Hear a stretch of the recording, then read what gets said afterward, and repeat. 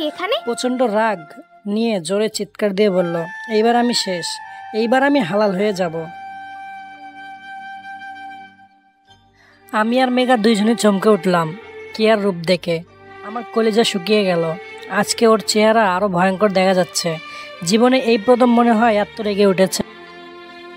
ওর গাল কান লাল হয়ে গেছে রাগে, আর চোখ দেখে মনে হচ্ছে চোখ দিয়ে আগুনের গোলা বের হবে। তোর মতো জানোয়ার লুচ্চা কুত্তা হারামি ছেলেকে যে কেন ভালোবেসেছি কে জানে। তুই এত লুচ্চা তা কখনো ভাবিনি। ভাবলাম তুই ভালো, কিন্তু নিজের রুমে মেয়ে এনে এইসব। ছি, তোকে দেখতেও ঘৃণা করছে আমার। তুই এতটা নিচ মনের কি করে হতে পারলি?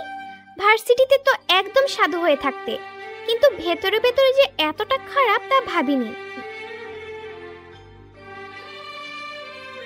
আমাকে আর বুঝাতে হবে না আপনার, ওকে? যা দেখার আমি সামনাসামনি নিজের চোখেই দেখলাম। ছি, আপনিও এই জানোয়ারটার সাথে? ছি, কি করে এত বড় ভুল করে বসলাম আমি? আপনি ভুল বুঝছেন। কুত্তা, তুই চুপ কর। তোর সাথে আমি আর কখনো কথা বলবো না। ছোট লোকের বাচ্চা একটা। তোকে তিলে তিলে মারবো আমি, কথা দিলাম। আপনার ভুল হচ্ছে। কে ওখানে না দাঁড়িয়ে থেকে সোজা রুম থেকে বেরিয়ে চলে গেল। আমি এখনো শখের মধ্যে আছি, কি হচ্ছে এইসব আমার সাথে। আর কেই বা এখন এই সময় কেন আসবে এখানে? আর এতই যদি ভালোবাসে তাহলে বিশ্বাস না করে ভুল বুঝলো কেন? এসব প্রশ্ন আমার মাথায় ঘুরপাক খাচ্ছে, ফলে মাথা ব্যথা বেড়ে গেল আবার। কিয়া ম্যাম অমন করলো কেন? জানি না তো, হঠাৎ এমন রুড বিহেভ করলো কেন বুঝতে পারছি না। তাছাড়াও এই সময় হঠাৎ করে আমার ফ্ল্যাটে আসলো কেন এটা। আরে আজ অফিসে যাওনি তো, তাই এমন হয়েছে। হঠাৎ করে অফিসে না গেলে তো হয়তো খোঁজ নিতে। ফোন দিয়েও তো খোঁজ নিতে পার। এত ভেবো না তো, শুয়ে পড়ো, নয়তো আবার জ্বর বাঁধবে। আমি ম্যানেজারকে বলে তোমার 2-3 দিনের ছুটি নেব, সে ম্যামকে সামনে নেবে। তুমি ঘুমাও। কিন্তু একদম ওকে। জানো, তোমার আবার কি মনে হয়? ম্যাম হয়তো তোমাকে ভালোবাসে, তাই এসব সহ্য করতে পারে। এটা ঠিক, আর আমি জানিও যে ভালোবাসে। ও আচ্ছা, ঘুমাও, আর ভাববে না, সব ঠিক হয়ে যাবে হয়তো। তারপরে মেঘাও চলে গেল। আমি আবার উঠে যেয়ে দরজাটা লক করে আমার রুমে এসে শুয়ে পড়লাম। শোয়ার পরে কেয়ার কথা শুধু মাথায় ঘুরছে, না জানি চাকরি কেড়ে নিবে নাকি। যদি নেয় তাহলে তো চাকরি পাওয়া কঠিন হয়ে উঠবে। আর এত বেতনও পাবো না সহজে কোথাও। চলবো কি করে? এইসব আবল তাবল ভাবতে ভাবতে ঘুমিয়ে গেলাম। আজ 3 দিনের দিন অফিসে যাচ্ছি। একটু আগে বের হলাম, কারণ মেঘায় এসে ডেকে নিয়েও গেল। অফিসে প্রবেশ করার আগে দোয়া দরুদ পড়লাম যাতে কোনো বিপদ না হয়। এখানে অফিস ক্যান্টিন বসেছিলাম। তারপরে যে আমার ডেস্কে বসে কাজ করতে লাগলাম। কাজ করছি, তার ঠিক 30 মিনিট পরে পিয়ন এসে বলে গেল ম্যাম নাকি আমাকে ডাকছে। কথাটা শুনে ভয়ে বুকের হার্টবিট বেড়ে গেল, কিন্তু অফিস ওর, তাই যেতেই তো হবে। আমার ডেস্ক থেকে উঠে ওর রুমে প্রবেশ করলাম। আগেই তো বলেছে যে অনুমতি নিতে হবে না, তাই অনুমতি না নিয়ে প্রবেশ করলাম। দেখি মাথা নিচু করে কি যেন কাজ করছে। ম্যাম ডেকেছেন? আমার দিকে রাগি চোখে তাকালো। ম্যাম? এই ছোট লোকের বাচ্চা, বসের রুমে আসতে হলে অনুমতি নিতে হয় জানিস না? নাকি মা বাবা শিক্ষা দেয়নি? একবার আবুল বনে। যেভাবে সেভাবে। ম্যাম আপনি তো বলেছিলেন অনুমতি না নিতে, তাই তো। চুপ, একটা কথাও বলবি না ছোট লোক। ভুলে যাস না তুই আমার কোম্পানির জি ম্যাম, সরি, ক্ষমা করবেন। এতদিন কি ফ্ল্যাটে মেয়ে নিয়ে ফুর্তি মারলি নাকি যে ছুটি নিয়েছিলি? লুচ্চা। এসব কি বলছেন আপনি? তো কি বলবো, তোর মতো আপনি ভুল ভাবছেন। আমি এতদিন জ্বরের কারণে আসতে পারিনি। হয়েছে হয়েছে, লুচ্চামি করে আর সাফেই দিতে হবে না। তা দিনে কয়টা মেয়ে লাগে তোর? এসব বলবেন না, আমি অমন। নাটক রে নাটক। সত্যি বলছি আমি। চুপ কর, এই 4টা ফাইল দিলাম, আজ অফিস ছুটি হওয়ার আগে যেন পাই, নয়তো তোর চাকরি নেই। আ- ফাইল নিয়ে দূর হ চোখের সামনে থেকে। জি। আর দেরি না করে ফাইল নিয়ে চলে আসলাম আমার ডেস্কে। প্রচণ্ড মন খারাপ, এত খারাপ ভাবলো আমাকে, আমি নাকি মেয়ে নিয়ে ফুর্তি করি। সি, ভাবতেও গায়ে কাড়া দিয়ে ভুল বুঝে কত কি করছে, না জানি আরও কত অপমান সহ্য করতে হবে।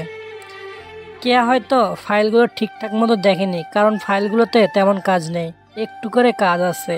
তাই আমিও মনোযোগ দিয়ে কাজ করতে লাগলাম। লাঞ্চ টাইমে মেঘা এসে জোর করে অফিস ক্যান্টিনে নিয়ে গেল। তারপরে লাঞ্চ সেরে আবার কাজে মন দিলাম। 3টার পরই কাজ সমাপ্ত হলো।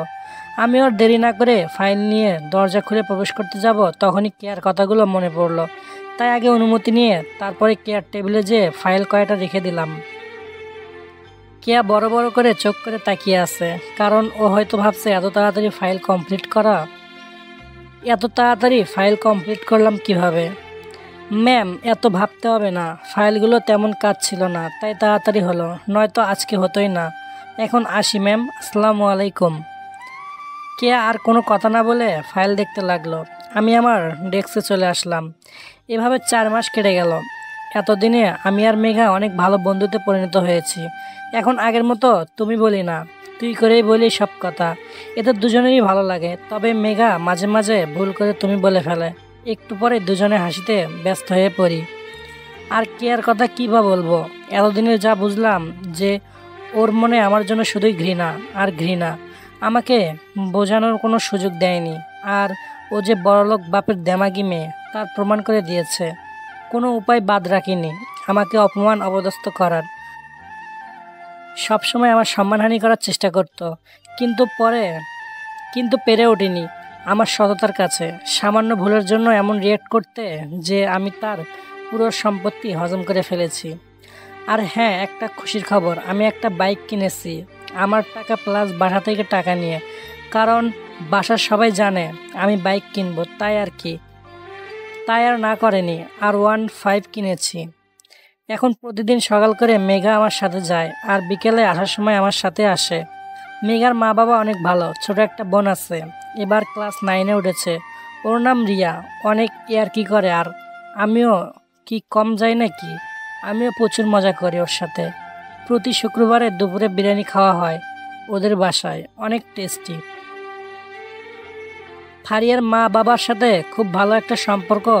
আর কোম্পানির মালিক মানে কেয়ার বাবার কাছে আমি সোনার টুকরা ছেলে। কাজে কাজে এতই বিশ্বস্ত যে কোম্পানির সাথে যারা ডিল করে তাদের সাথেও বন্ধুত্ব হয়েছে। আমার সম্পর্কে কেয়া কিছুই বলে না, হয়তো ওর বাবাকে আমার সম্পর্কে সব খবর দেয় ম্যানেজার আঙ্কেল। একদিন সকালে আমার ডাক পড়লো কেয়ার রুমে। চলে আসলাম তার কাছে, মানে রুমে আর কি। বসো। না ম্যাম, আমি ঠিক আছি, বলুন কি কাজ করতে হবে। বড় একটা ডিল আছে, সেটা নিয়ে কথা বলতে ডাকলাম। ও, তাহলে আমার সিনিয়রদেরকে ডাকুন, তিনি ভালোভাবে বুঝবেন। আমারও একই ইচ্ছা ছিল, তবে বাবা তোকে বলতে বলেছে আগে, তাই বলছি শোন। ও, তার ডিলটা কেমন? শোন, যদি ডিলটা ফাইনাল করতে পারি তাহলে কোটি টাকার লাভ হবেই হবে, কিন্তু এই জন্য আমার বুদ্ধি লাগাতে হবে। তুই বুঝবি না, আর তোর বেতনও বাড়াতে হবে। তারপরে কে আমাকে অনেক কথাই বলল। আর এই ডিলটা কনফার্ম করতে পারলে নাকি ক্যালিফোর্নিয়া যেতে হবে।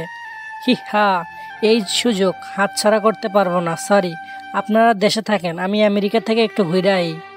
তাহলে আমেরিকায় যেতে হবে? তা কতদিন থাকতে হবে? ও, এই লুঙ্গি ড্যান্স খুশিতে মন নাচানো শুরু করছে। কি হলো, কি ভাবছিস, যাবি না নাকি? জি ম্যাম, যাব, কিন্তু কতজন যেতে হবে? আমার বিয়ে নীলা আর মাসুম সাহেব। তুই তোর একজন সহকারীকে বেছে নিতে পারিস যে ভালো কাজ করতে পারবে। ও, তাহলে মেঘা যাবে আমার সাথে, কিন্তু এদিকে সামলাবে আব্বু আর চাচু। কিন্তু তুই মেঘাকে নিবি কেন? আমার চোখে ওই ভালো না, মানে ভালো কাজ করে। আশা করি সেটা আপনিও জানেন। বুঝেছি আমি, ছোট লোক কোথাকার। তোর পাসপোর্ট আর এই মেঘার পাসপোর্ট জমা দিস 2-3 দিনের মধ্যে। জি, খুশিতে, কিন্তু ছোট লোক বলায় মনটা খারাপ। এখন দূর হ চোখের সামনে থেকে, যত সব লুচ্চা। যাচ্ছি। আমি কোনো কথা না বলে চলে আসলাম ডেস্কে। মনটা খারাপ হয়ে গেল ওর কথায়, তবে একটু খুশি কারণ আমেরিকায় যাব। যাই হোক, পাসপোর্টটা করে রেখা ছিল, নয়তো যাওয়া হতো না। কি জানি মেঘার আসছে কি না। অফিস ছুটির পরে মেঘাকে কথা বলায় মেঘার হাব ভাব দেখে মনে হচ্ছে ও আমার থেকে 1000 গুণ বেশি খুশি। আর ওরও পাসপোর্ট আছে। খুশির ঠেলায় ভুল করে জড়িয়ে ধরেছে আমাকে। আর তখনই ওখানে কে হাজির! শালার কি কপাল আমার! ফইন্নিটা দেখি যখন তখন চলে আসে। এটা লুচ্চামি করার জায়গা না, যা করার নিজের বাসায় যেয়ে করবি, এখানে না। প্রচণ্ড রেগে গেছে বোঝা গেল। ও যে ওর গাড়িতে উঠে চলে গেল, আর আমরাও বাইকে করে বাসায় চলে আসলাম। আমার পরিবারকে কথাটা জানালাম, তখনই কেউই না করেনি যে। অন্যদিকে মেঘার মা বাবা একটু মানা করলো, মেয়ে জেদের কাছে হেরে গেল। কাল সকালে সকল কাগজপত্র জমা দিলাম আমরা দুজনে। আর 3 দিন পরে নাকি ফ্লাইট। কে একটা নীল রঙের শাড়ি পরে আছে, আর আমি ওর সামনে দাঁড়িয়ে ওর সৌন্দর্য দেখছি।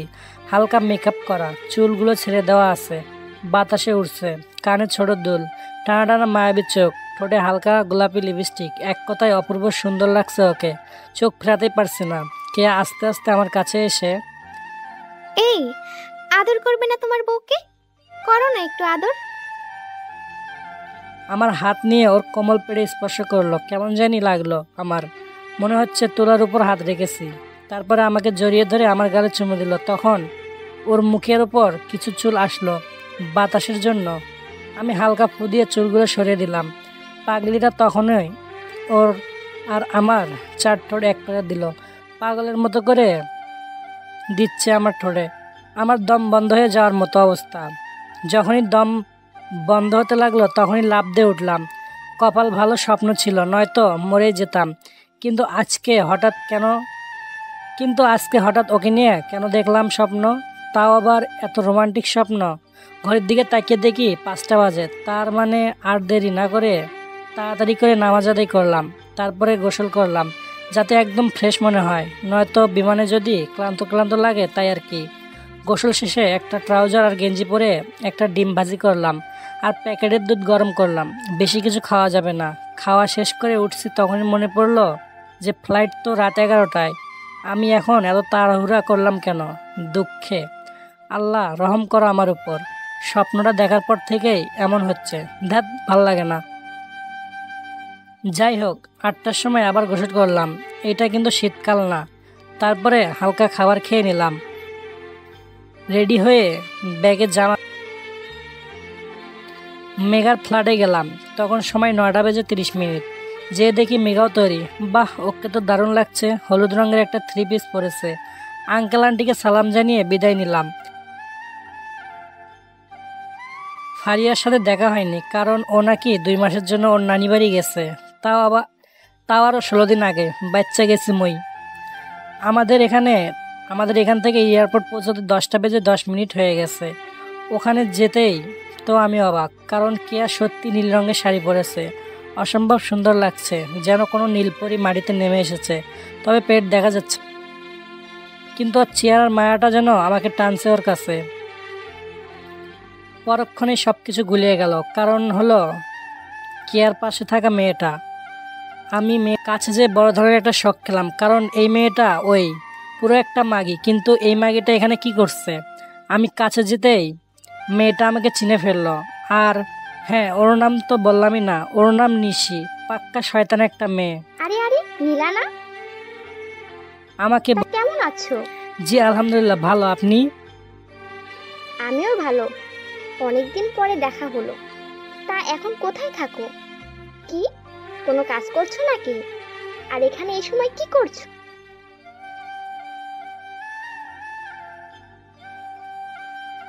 ওই ছোট লোকটা আমার কোম্পানি। গড, তাহলে তো ভালোই হবে, একসাথে সময় কাটানো হবে। তা আমি তো আর বলতে পারলাম না। তার আগে কেয়া নিশির হাত ধরে হনহন করে এয়ারপোর্টের ভিতরে চলে গেল। আমরাও সেখানে না দাঁড়িয়ে সবাই এয়ারপোর্টের ভিতরে যে চেয়ারে বসে আছি। একটু পরেই বিমানে উঠলাম। কত যে ভালো লাগতেছে রে, মনটা আমার উড়ু উড়ু করে। আমি আগেই প্রবেশ করে আমার সিটে বসে পড়লাম। একসাথে মোট 3টা করে সিট লাগানো। হুহা, বিজনেস ক্লাস সিট। আমি যে বসে পড়লাম, তবে আমার সিটটা মাঝখানে, পাশে আরও 2জন বসবে। আমি বসতেই এক পাশ দিয়ে মেঘা আসলো। আমার সিটটা খুঁজে দাও না। এই নাও দেখো, এইটা সিট নাম্বার। আজব তো, এখানে হাহ, আমি গাধি না, প্রথমবার উঠেছি তাই। আচ্ছা, ব্যাগটা উপরে রাখো। তারপরে আমি মেঘার ব্যাগটা উপরে রাখার জায়গা আছে ওখানে রাখলাম। রাখার পরে আমার সিটে এসে বসতে অন্য পাশের সিমটিটা এসে হাজির। কেমনটা লাগে কন্ত? একে তো পাক্কা একটা, তারপর এর ভাব দেখে মনে হচ্ছে আমার পাশের সিটটা এরই। কি মজা! কেন?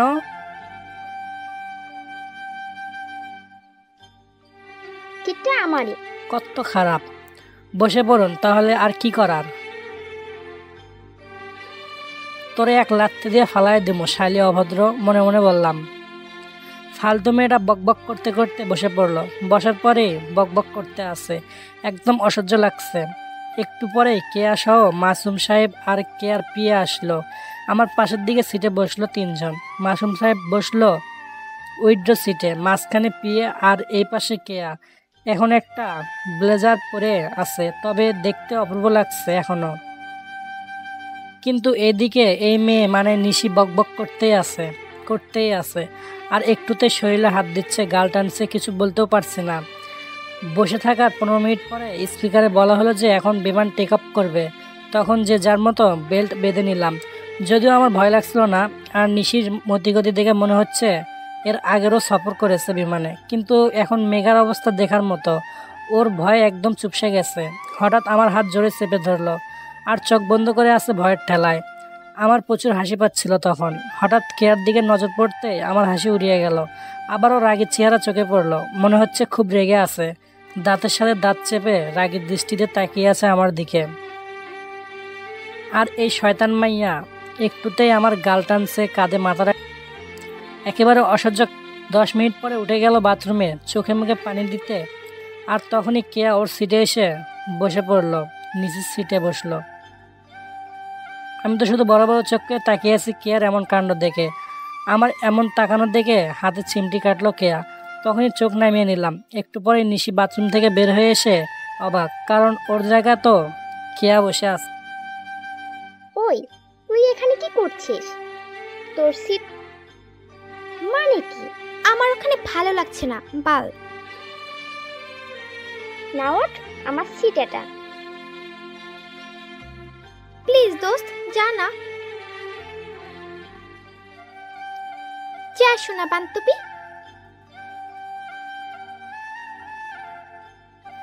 নিশি রাগ দেখিয়ে কেয়ার সিটে চলে গেল আর কেয়া রাগের দৃষ্টিতে আমার দিকে তাকালো। আমি তখন মাথা নিচু করলাম। তখন আবার জোরে একটা চিমটি কাটলো হাতে। চিৎকারও করতে পারলাম না লোক লজ্জার ভয়ে। এইবার খুব লেগেছে। মুখ বুজে ওর অত্যাচার সহ্য করতে হলো। এর থেকে নিশি তো ভালো ছিল, দুষ্টু মিষ্টি আদর করছিল। 2 ঘন্টা পরে হালকা নাস্তা দেওয়া হলো, সবাই সেটাই খেয়ে নিলাম। তারপরে সিটে মাথা হেলান দিয়ে চোখ বন্ধ করে রাখলাম যাতে ঘুম আসে। এতক্ষণে নিশির কথা একটু বলি আসুন। আমরা একসাথে ভার্সিটিতে পড়তাম। একটা গোপন কথা বলি, আমি সেই ভার্সিটি লাইফ থেকে কেয়াকে পছন্দ করতাম, কিন্তু ওকে বলিনি আর আপনাদেরও না। ওর সাথে একটু নাটকও করতে হলো এটা নিয়ে, দেখেছেনই তো। কিন্তু আপনাদের যে এটা বললাম এটা কাউকে বলবেন না, কেমন? নিশু আমাদের সাথে পড়তো, কিন্তু একে মাগি বলার প্রধান কারণ হলো এই মেয়ে 20 জনের বেশি ছেলের সাথে শারীরিক সম্পর্ক করেছিল অনার্স 3য় বর্ষে যখন ছিলাম। ফাইনাল ইয়ারে এসে অনেকের সাথে ওইসব বাজে কাজে লিপ্ত হয়েছে, আর এখনও তো মনে হয় ওইসব করে। এইসব কারণে আমি ওকে মাগি বললাম। যদি কিছু ভুল বলি থাকে তাহলে ক্ষমা করবেন, যদিও কাল্পনিক সব কিছু। ভার্সিটিতে থাকাকালীন সময়ে নিশি অনেকবার আমাকে ওর খারাপ জালে ফেলতে চেয়েছিল, কিন্তু তখন কেয়া ওকে আমার দিকে থেকে দূরে নিয়ে যায়। এটা আমি পরে বুঝতে পারি। আশা করি নিশি সম্পর্কে যথেষ্ট ধারণা আপনারা পেয়ে গেছেন যে ও কেমন ধরনের মেয়ে। যাক, আপনাদের এসব বলতে বলতে ঘুমে চোখ বন্ধ হয়ে আসছে, তাই আর দেরি না করে কতক্ষণ পরে ঘুম ভেঙেছে জানি না, তবে ঘুম থেকে উঠে বড় ধরনের একটা ঝটকা লাগলো, কারণ কে আমার ডান হাত জড়িয়ে ধরে কাঁধে মাথা দিয়ে আছে, আর মেঘা বাম হাত জড়িয়ে ধরে কাঁধে মাথা দিয়ে আছে। আর দুজনই এমন ব্যবহারের প্রধান কারণ হলো ঘুম বাবাজি। ঘুমের ঘরে দুজনেই এভাবে জড়িয়ে ধরেছে। মেঘা আরামসে ঘুমাচ্ছে আর কেউ, কিন্তু হঠাৎ লক্ষ্য করলাম ওর নাকে মুখে চুল এসে পড়েছে। ছোট বাচ্চাদের মতো লাগছে ওর ঘুমন্ত মায়াবী চেহারাটা। ইচ্ছে করছে কপালে আলতো করে একটা চুমু দেই আর নাকের ডগায় একটা কামড়। এসব রোমান্টিক কাজ, লুচ্চামি হওয়ার কিছুই নেই। তবে ওর নাকের মুখে চুল আসায় ওর বিরক্ত লাগছিল, এটা বুঝতে পারছিলাম। তাই সাহস করে ওর চুলে হাত দিয়ে কানের পেছনে ওখানে রাখতে একটা থাপ্পড় পড়লো। আমি 440 ভোল্টের একটা ঝটকা খেলাম। আচমকা এমন হওয়ায় আমি ভেবাচাকা খেয়ে কেয়ার দিকে তাকালাম। দেখি বড় বড় চোখ করে আমার দিকে তাকিয়ে আছে। চেহারায় রাগের ছাপ স্পষ্ট বোঝা যাচ্ছে। আমার কলেজের কোনায় পানি নেই, ভয়ে শুকিয়ে কাঠ হয়ে গেছে। আর ওদিকে মরার মেঘা এখনো ঘুমাচ্ছে। ফ্লাইটে সবাই ঘুমের রাজ্যে আছে। কি আর কি রে লুচ্চা, মেয়ে দেখলেই হাত পা চুলকায় তাই না? ধীরে ধীরে বলছিল ও কথা। আসলে ম্যাম তা না, আমাকে। চুপ কর ছোট লোকের বাচ্চা, লুচ্চা জানোয়ার, এখানে আসাই ঠিক হয়নি। এখন দেখছি তুই নিশির থেকেও 1000 গুণ বেশি খারাপ। মেয়েদের আপনার বিরক্ত লাগছিল হয়তো, তাই তো চুলগুলো সরিয়ে দিলাম। আর এই যে দেখুন, মেঘার মতো আপনিও ছিলেন এভাবে মেঘাকে দেখিয়ে। কই, আমি তো আপনাকে কোনো কিছু বলিনি। চুপ, মুখে মুখে তর্ক করছিস। তোকে চেনা আছে খুব ভালো করে কেমন ধরনের। এই কি হলো নীল? কে ঝগড়া করছে? মেঘার ঘুম ভেঙে গেল হঠাৎই। ম্যাম, কথাটা বলে জিভে কামড় দিলাম, ভুলে বলে ফেলছি। সরি, ভুল হয়ে গেছে। দেখুন আপনার কথাতে। ম্যাম, কি হলো আপনার? এত জোরে জোরে কথা। চুপ একদম। একটা ছেলেকে জড়িয়ে ধরে আছো, লজ্জা কেন? কি গায়ে বিচ্ছে নাকি? শোন, লুচ্চামিটা একটু কম করিস। আমি আর কিছু বললাম না। এদিকে বেচারি মেঘাও আর কিছু বলতে পারো না, কেঁদে দিবে এমন হাবভাব ওর। কারণ ও তো ইচ্ছা করে ধরেনি ওভাবে, কিন্তু কে আর এভাবে কথা বলাটা ঠিক হয়নি। আরও 2 ঘন্টা পরে বিমান ল্যান্ড করলো। এই 2 ঘন্টায় কেয়ার সাথে কোনো প্রকার কথা বলিনি, কারণ কথা বললে অপমানিত হতে হবে। এয়ারপোর্টে এসে দেখি 2জন লোক দাঁড়িয়ে আছে, আর মধ্যে একটা বয়স্ক লোক দাঁড়িয়ে আছে, মানে ওই 2টা বডিগার্ড। কেয়াকে দেখে ওর মুখে হাসি ফুটলো, মানে এরাই তাহলে আমাদের নিতে এসেছে। এয়ারপোর্টের বাইরে এসে দেখি বড় একটা গাড়ি দাঁড় করানো। তারপরে গাড়িতে উঠলাম।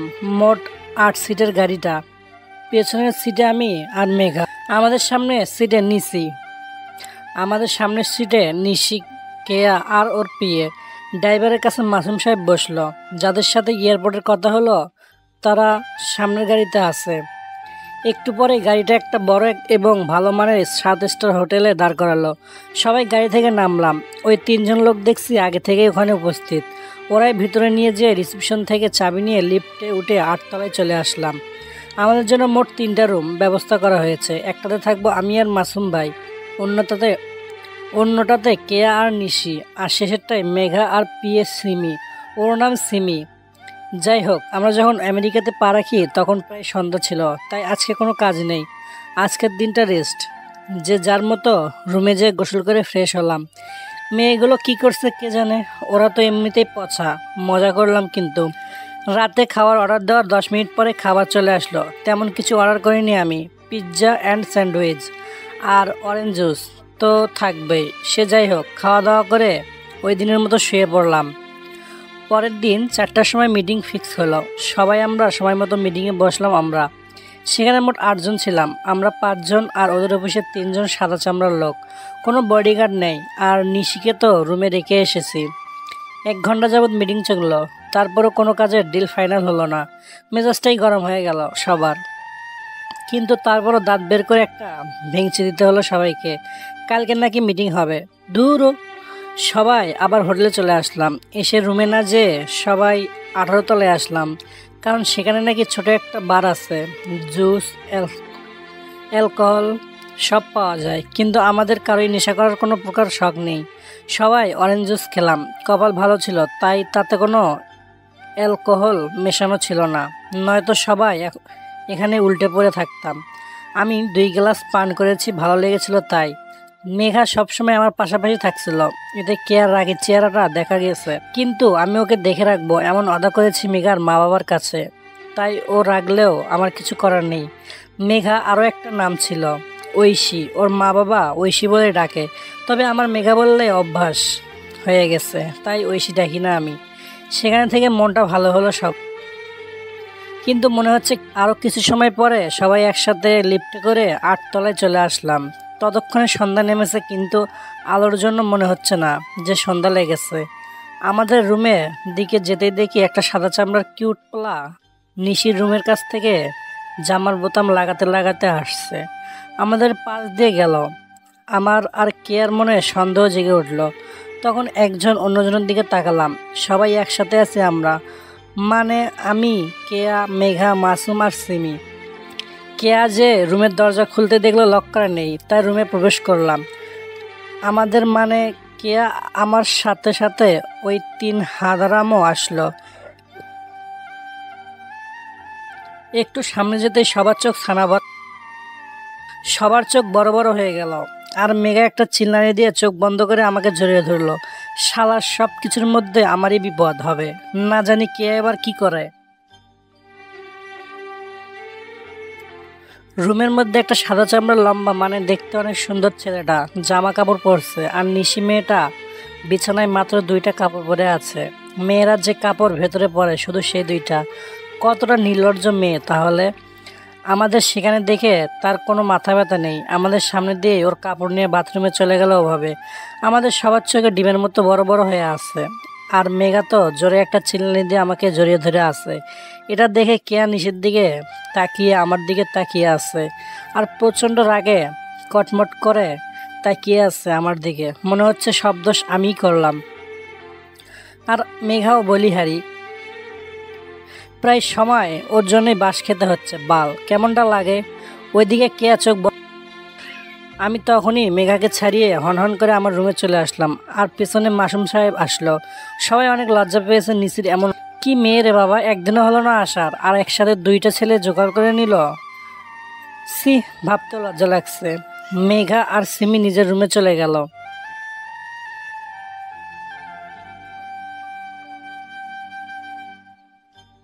এদিকে কে আচ্ছাতালে নিশিকে বকা দিচ্ছে, কিন্তু নিশে তো গায়ে লাগছে না, আসলে মাগি একটা, নয়তো এসব কাজ কেউ বিয়ের আগে করে নাকি? সি, সব দোষ কে আর, ওকে কোন দুঃখে নিয়ে আসতে হবে শুনি। আমি গোসল করে একটা টাওয়াল পরে বের হতে ভেবাচাকা খেয়ে গেলাম, কারণ হারামজাদি থুক্কু নিশি আমার সামনে দাঁড়িয়ে আছে, আমার থেকে 8-10 হাত দূরে, আর ওর ঠোঁট নিজেই কামড়াচ্ছে, আর আমার দিকে এমনভাবে তাকিয়ে আছে যে আমি যেন ওর কোনো লোভনীয় খাবার। খুব ভয় করতে লাগলো যদি আমার ওপর। আমি আবার ঘুরে বাথরুমে যেতে ধরবো, ভুলেও নড়বা না।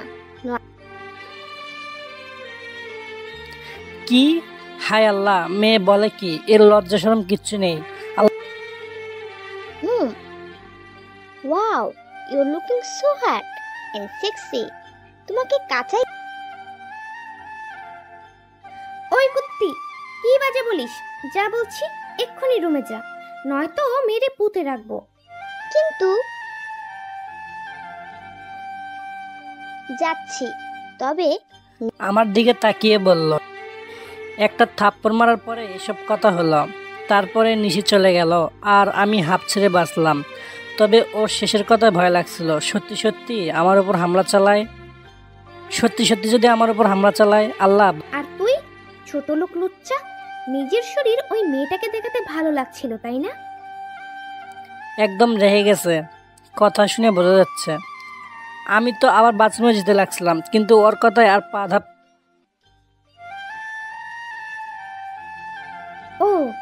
ও তোকে খেতে চাইছে এটা বল। না। থাক, আর বলতে হবে না। তা আমার সাথে। হায় রে খোদা, ভুলে গিয়েছিলাম তো। যে একটা টাওয়াল পরে আসি, জলদি করে একটা ট্রাউজার আর একটা গেঞ্জি পরে নিলাম। তখন কেয়া অবশ্য অন্যদিকে, পরের বার যদি এমন কিছু দেখি তাহলে তোর চাকরি শেষ মনে কর। ম্যাম কিউ ওই তেমন? নিশি চুপ, তুই যেমন লুচ্চা ঠিক নিশিও তেমনটাই। আমাকে ওর সাথে তুলনা করতে পারলেন ম্যাম? পারলাম, কারণ এটাই সত্যি। বিশ্বাস করুন আমাকে, বিশ্বাস করুন আমাকে নিয়ে আপনার যত খারাপ ধারণা সব ও তাই? মানে ঢাকাতে থাকতে নিজের চোখে যা দেখেছি সেসবও ভুল, মিথ্যা, তাই না? বেশ, প্রমাণ তো হয়েই গেল। চুপ কর ছোট লোক, লুচ্চা কোথাকার। আর কোনো কথা না বলে কেয়া হনহন করে রুম থেকে বের হয়ে গেল। মনটা একদম খারাপ হয়ে গেল কেয়ার এমন ব্যবহারে। ভুল বুঝে আর কত অপমান করবে আর আমাকে কত সহ্য করতে হবে আল্লাহই জানে। রাতে আর কোনো খাবার খাইনি, না খেয়ে শুয়ে পড়লাম। পরের দিন সকালে ঘুম থেকে উঠে শুধু কফি খেয়ে কাটালাম। অতিরিক্ত মন খারাপ করছে কালকে ওর কথার জন্য। বিকেল 4টায় আবার মিটিং রুমে যেতে হবে। প্রস্তুতি নিয়ে চলে আসলাম 18 তলায়। আমি, কেয়া, মেঘা, মাসুম আর সিমি। যথারীতি 4টার সময় মিটিং শুরু হলো। কেয়া বকবক করতে বসে পড়লো। তারপরে আমি উঠে অনেকটা সময় ধরে কথা বললাম আর ওদের ঠিকমতো বিষয়টা বোঝানোর চেষ্টা করলাম যতটা আমার দ্বারা সম্ভব। এই কথায় আমি আমার বেস্টটা দিলাম ওদের বোঝাতে। মিটিং শেষে ওদের কোম্পানির মালিক জন এসে কেয়ার সাথে হ্যান্ডশেক করলো আর হাসি মুখে বলল, deal final miss beauty. Thanks John, thanks a lot. আমাদের মুখেও হাসি ফুটল। তারপরে আমরা সোজা 8 তলায় হোটেল রুমে চলে আসলাম। এসে ফ্রেশ হয়ে নিলাম। খুব ক্ষুধা পেয়েছে, তাই খাবার অর্ডার দিয়ে বসে আছি। 10 মিনিট পরে দরজায় বেল বাজলো। হা, খাবার চলে আসছে। আমি যে দরজা খুলে খাবার নিয়ে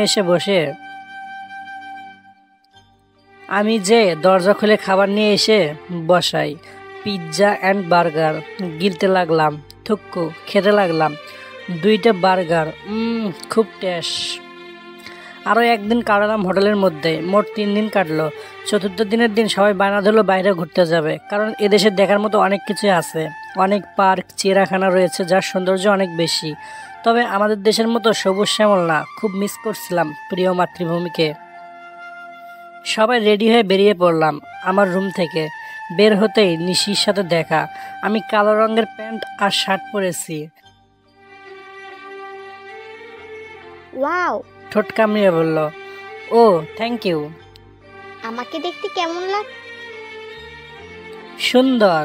ফালতু দেখায় লুচ্চা মাইয়া, ফালতু। ম্যাম এক্ষুনি বের হতে হবে তো। আর বলতে পারলাম না। সে হা করে চোখ বড় বড় করে আমার দিকে তাকিয়ে আছে। আজকে ওর তাকানো দেখে মনে হচ্ছে আমাকে গিলে খাবে চোখ দিয়ে। সবাই কি লুচ্ছু নাকি? 5 মিনিট পরে মেঘা দরজা খুলে, ওরে আল্লাহ এই মেয়ে করেছে কি? কেয়ার মতো মেঘাও একটা কালো শাড়ি পরেছে। খাইছে রে, না জানি কেয়া কি বলে। কিন্তু বাস্তবিক ওকে অনেক সুন্দর লাগছিল, একদম কেয়ার মতো সুন্দরই লাগছিল। কিছুটা যমজ বোনের মতো লাগছিল। না কি বলছে আমি এসব? নিজেও লুচ্চা হয়ে গেলাম নাকি সত্যি সত্যি? তবে দুজনকে মনে হচ্ছে 2 রাজকন্যা। সি, কি বলছে আমি লুচ্চার মতো? বক্কর, কন্ট্রোল কর ফিলিংস। সবাই একসাথে বেরিয়ে পড়লাম। সারাদিন অনেক জায়গায় ঘুরলাম, বিভিন্ন প্রকার জীব জন্তুর পিক তুললাম, সাথে নিজের পিকও তুললাম হাঁসের ঠোঁটের মতো মুখ করে। এই সময়গুলোতে মেঘা প্রতিটি মিনিট আমার সাথে ছিল, আর এমনভাবে ছিল যে মনে হচ্ছে আমাকে ওকে আটা দিয়ে জোড়া লাগানো হয়েছে। আর ওইদিকে কেয়া লুচির মতো ফুলছে মেঘাকে দেখে। ওর হিংসা হচ্ছে মেঘার জন্য, কারণ ও আমার শরীর ঘেঁষে আছে। কিন্তু কেয়া একটা কাজ ভালো করেছে নিশিকে ওর সাথে রেখে, কারণ ওকে ছাড়লে আমার কাছে আসবেই। রাতে বাসায় আসার সময় একটা হোটেল থেকে পেট ভরে ভালো করে খাবার খেয়ে আসি। রাত 10টায় হোটেলে ফিরলাম। সবাই যে যার রুমে যে ফ্রেশ হয়ে নিয়ে একটা ঘুম। সঠিক পরিমাণে খাওয়া হয়েছে, তাই ঘুম আসতে দেরি হলো না। পরের দিন সকালে ঘুম থেকে উঠে ফ্রেশ হয়ে রুমে বসেছিলাম ল্যাপটপ নিয়ে। একটু এফবিতে ঢুকলাম, দেখি মেঘার পিচ্চি বোনটা রিয়া মেসেজ করেছে। আগে বলছি ও ক্লাস 9-এ পড়ে, ওর সাথে ভালো মন্দ একটু কথা। আর ওকে জানালাম যে আমরা 3 দিনের দিন ব্যাক যাচ্ছি বাংলাদেশ। পিচ্চিটার নাকি হোয়াটসঅ্যাপও আছে, কন্ট্যাক্ট করে নিলাম তার সাথে। তারপরে ল্যাপটপ আর মোবাইল রেখে ভাবলাম একটু বাইরে থেকে ঘুরে আসি। যেই ভাবা সেই কাজ, বিছানা থেকে উঠে অন্যমনস্ক হয়ে দরজার কাছে যে দরজা খুলে বের হবো, এমন সময় মেঘাও সেখানে আসে। আর আসার সাথেই ওর সাথে ধাক্কা লেগে যায়, যার ফলে ওর ঠোঁট আর আমার ঠোঁট লেগে যায়। সঙ্গে সঙ্গে দুজনের শরীরে বিদ্যুৎ বয়ে গেল। যদিও চুমু দিয়েছে কেয়া, কিন্তু এভাবে হঠাৎ হওয়ায় এমন হলো। যদিও এর আগে চুমু দিয়েছিল কেয়া, কিন্তু এভাবে হঠাৎ হয়। আর ওইদিকে মেঘা মাথা নিচু করে ফেলেছে। লজ্জায় মেঘার গাল লাল হয়ে গেছে, ওর হাত কাঁপছে। ওর হাত কাঁপা দেখে ভয়ে অটোমেটিকলি আমার হাত আমার গালে চলে গেল, যাতে থাপ্পড়টা না লাগে। মেঘা তুতলিয়ে বললাম, লজ্জায় লাল হয়ে গেছে। দেখো, ক্ষমা করো, আমি বুঝতে পারিনি এমনটা হবে, সরি প্লিজ। আমি কিছু তারপর মেঘা দৌড়ে ওর রুমে চলে গেল। জীবনের প্রথম মেঘা কারো ঠোঁটের স্পর্শ পেল। আর ওর কপাল এতই ভালো যে ভালোবাসার মানুষটাই ঠোঁটের ছোঁয়া পেল। হ্যাঁ ভাই, ঠিকই শুনেছেন, মেঘাও নীলকেও ভালোবাসে, কিন্তু বলতে পারে না ভয়ে। অবাক হওয়ার কিছু নেই, মনের ওপর কেউ আয়ত্ত রাখতে পারে না, মনটাই বেহায়া। মেঘা নীলকে আরও কয়েক মাস আগে থেকেই ভালোবাসে, কিন্তু বলতে পারেনি, কারণ এতে যদি তাদের বন্ধুত্ব নষ্ট হয়ে যায় এই ভয়ে। পরের দিন বিকালে সবাই মিলে আবার সেই বারে গেলাম। ওখানে প্রায় 2 ঘন্টা যাবৎ সময় কাটিয়ে মন ভালো করলো। সবাই বসে বসে জুস খাচ্ছি, কিন্তু নিচে উঠে একটা ছেলের সাথে গাল লাগিয়ে নাচতে। ধ্যাত, কি আর বলবো এমন লুচ্চাকে নিয়ে। এদিকে মেঘা আগাম করে বসে আছে, কি আকাশ করছে শুনবেন। সবাই জুস নিয়ে খাচ্ছিল, কিন্তু মেঘা ভুল করে অ্যালকোহল মেশানো জুসটা নিয়ে খাচ্ছে। আমাদের অজান্তে 2 গ্লাস খেয়ে ফেলেছে। তারপরে যখন আমরা বুঝতে পারলাম, তখন মেঘা মাতাল হয়ে গেছে, শুধু উল্টাপাল্টা বকছে আর ওখানে রাখা সোফায় এলিয়ে পড়েছে। কি আর করার, এসব দেখে খারাপ লাগছিল, তাই সবাই চলে আসতে চাইছিলাম, কিন্তু মেঘা আসতে চাইছে না। জোর করে বাইরে আনলাম, কিন্তু ছোট বাচ্চাদের মতো হাবভাব করছে, বসে পড়েছে। তাই বাধ্য হয়ে আমি ওকে কোলে নিয়ে লিফটে উঠালাম। লিফটে উঠে কেয়ার দিকে তাকাতেই কলেজের পানি শুকিয়ে গেল। রেগে আছে, প্রচণ্ড রেগে আছে, দাঁতে দাঁত চেপে রেখেছে। তাহলে ভাবুন কেমনটা রাগি। এদিকে মেঘা আমার গাল টানছে, নাক টানছে আর বলছে, বাবু ও তো আমাকে ভালোই বাসে না, ছোট লোক একটা লুচ্চা ছেলে। তাহলে আমি বারবার ওর জন্য এমন কষ্ট পাচ্ছি কেন? না, আর কোনো কষ্ট পেতে পারবো না আমি, লাগবে না এমন জানোয়ার ছেলেকে। মনে মনে বলল। আমি মেঘাকে কোলে করে নিয়ে যে বিছানায় শুয়ে দিয়ে আসতেই, এই শোন ফকিন্নির বাচ্চা, কাল আমরা চলে যাচ্ছি রাতের ফ্লাইটে। সবাই অবাক, কারণ আমাকে কি বলল। এটা কেমন ভাষা ম্যাম? মুখের উপর কথা বলিস তুই? কষিয়ে একটা থাপ্পড় বসিয়ে দিল আমার গালে। সবাই শক খেয়ে গেল, আর আমি তো দ্বিগুণ। হঠাৎ করে সামান্য একটা কারণে থাপ্পড় মারবে মানুষের সামনে, প্রচণ্ড খারাপ লাগছিল। কোনো কথার উত্তর না দিয়ে রুমে এসে ফ্রেশ হয়ে শুয়ে পড়লাম, কারণ কালকে চলে যাব। জেগে থাকলে কান্না পাবে, সেজন্য ঘুমিয়ে পড়লাম। আজকে আমরা চলে যাব বাংলাদেশে। কি যে ভালো লাগছে। সব কিছু প্যাকিং করে চলে আসলাম এয়ারপোর্টে। কালকের ঘটনা সিমি মেঘাকে বলেছে যে ও মাতাল হয়েছিল, তাই লজ্জায় আমার সাথে কথা বলতে পারছে না। এয়ারপোর্টে বসে আছি সবাই, তখন কি যেন মনে হলো, তাই ওদের থেকে একটু সরে এসে ডাটা অন করলাম। কয়েক সেকেন্ড পরে দেখি হোয়াটসঅ্যাপে রিয়া কল দিয়েছে। হঠাৎ এই সময় এর কল কেন রিসিভ করলাম। কি ব্যাপার আপু, এখন কল কেন? ঘুমাও তুমি? ফুফাচ্ছে মনে হচ্ছে। কি হলো আপু? কেউ বকা? এখানে ফোন দিলাম ঠিক আছে এখানে কল। বলেই জোরে কেঁদে দিল। এইবার আমারও টেনশন শুরু হয়ে গেছে। এতক্ষণ ধরে কাদার মেয়ে না রিয়া, কিছু একটা হয়েছে নিশ্চয়। বাবা কথা বলবে। কান্না করছে এখনো। বাবা, তোমরা কবে ফিরবে? এমনভাবে কথা বলছে যেন দম বের হয়ে যাবে ওনার। আঙ্কেল, আজ রাতে একটু পরে ফ্লাইট। আপনি এমনভাবে কথা বলছেন কেন আঙ্কেল? কোনো সমস্যা হয়েছে?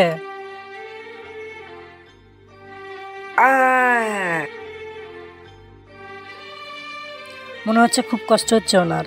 কি সমস্যা বলুন আঙ্কেল, তাড়াতাড়ি। আমার কেমন যেন মেঘার মা আর বেঁচে নেই। মনে হলো মাথায় আকাশ ভেঙে পড়লো, পায়ের নিচে জমি সরে গেল।